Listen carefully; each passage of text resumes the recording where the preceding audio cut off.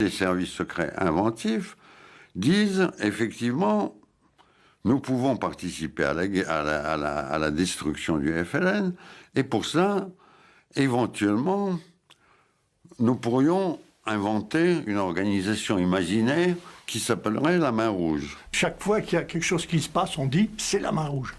Et la Main Rouge n'existait pas du tout. Ça couvrait le service. C'est une excellente idée.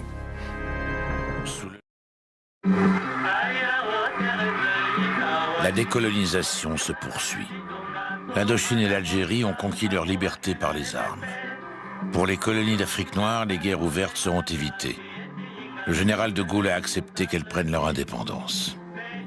Mais ce ne sera pas si simple. Les services secrets seront fort utiles au président pour garantir l'influence de la France dans son précaré africain et son accès aux richesses du continent noir. Le lien entre De Gaulle et l'Afrique porte un nom. Jacques Foccart, ancien du BCRA devenu homme d'affaires et réserviste du service Action, il anime un réseau qui contrôle les intérêts de la France. Homme de l'ombre et des coups tordus, il est l'œil de Gaulle en Afrique et son poing. Chaque soir, il le rencontre en tête-à-tête dans son bureau de l'Élysée. De Gaulle et Foccart, on ne sait rien. Aux nouveaux pays indépendants, De Gaulle propose d'intégrer la communauté que la France a créée avec ses anciennes colonies.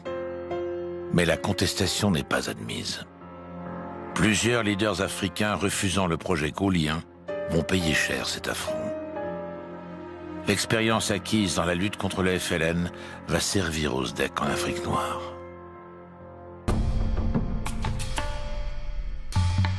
Le président guinéen Ahmed Sékou Touré refuse l'association proposée par le général. Il se rapproche du bloc soviétique. Le SDEC va dès lors s'employer à le déstabiliser et faciliter la prise du pouvoir par l'opposition.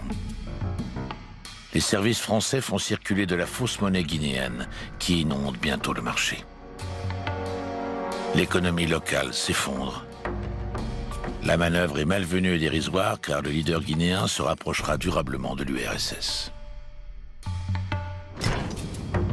Au Cameroun, le leader du parti d'opposition UPC, Félix Moumié, lutte contre le régime d'Amadou Ahidjo mis en place par Foccart. William Bechtel, ancien du BCRA, réserviste doyen du service Action, est envoyé à Genève pour l'assassiner.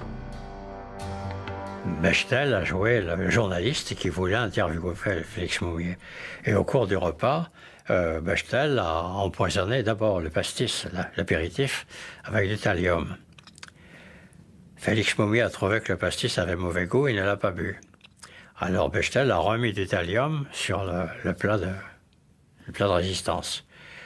Ce qui fait qu'en partant, Félix Moumié a dit on ne va pas leur laisser l'apéritif qu'on n'a pas bu. Et il a bu l'apéritif. Autrement dit, il avait pris une double dose de thallium.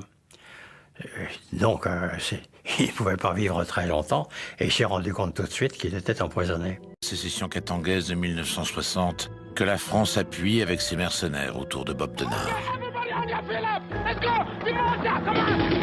Foccart est présent avec ses mercenaires lors de la sécession de la province pétrolière du Biafra, au Nigeria. Le soutien clandestin de la France a prolongé le conflit de plusieurs années et provoqué la mort de dizaines de milliers de personnes dans une catastrophe humanitaire majeure. Derrière cette opération, en réalité, il y avait un intérêt pétrolier indiscutable des Français qui se disaient tiens, si on met la main sur le pétrole, ça serait pas mal. En réalité, la guerre du Biafra, c'est une guerre entre les compagnies pétrolières, je dirais, anglophones, et les Français.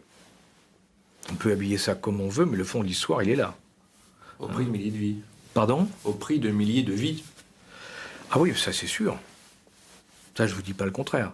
À partir du moment, par exemple, où vous récupérez des minerais qui vont être traités ensuite en France, à partir du moment où vous extrayez du pétrole et que c'est du bon... Enfin, à partir du moment où vous avez des activités qui sont des activités qui vont apporter à l'économie française un développement, évidemment, c'est une bonne justification quand même, hein. Alors vous me direz, oui, mais peut-être que la partie amont a peut-être été très morale. C'est vrai, mais les autres font pareil. Alors vous me direz, c'est pas une excuse. Hein, ça c'est vrai. Mais le monde n'est pas un monde angélique. Hein. C'est moins qu'on puisse dire.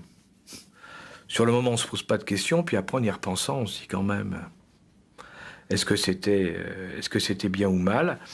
Et puis on se dit, bon, quand même, c'était pour la France, comme on dit. On feint de croire que Jacques Foccart serait une sorte de franc-tireur, un électron libre. Rien n'est plus inexact. Aux mains du général, il est une arme. Foccart est l'instrument du général, lui. Le général de Gaulle n'a jamais aimé les services secrets et ces méthodes de gangster des services secrets. Alors, il fermait les yeux, là, et puis il avait un Deus ex machina qui était Foccart. Il faisait ça par personne interposée, mais il ne voulait pas le savoir. Il a toujours considéré ça comme absolument nécessaire. J'ai tendance à croire que pour lui, c'était un mal nécessaire. C'est-à-dire que, si vous voulez, il n'avait pas... pour lui, c'était pas... Lui, c'était un soldat traditionnel, si vous voulez. La guerre du renseignement, il faut reconnaître que c'est pas très traditionnel. Depuis l'appel du 18 juin 1940, un quart de siècle s'est écoulé. Conçu pour lutter contre le nazisme, consolidé en Indochine, en Afrique noire et en Algérie, les services secrets français sont à la fois puissants, redoutés et très fragiles.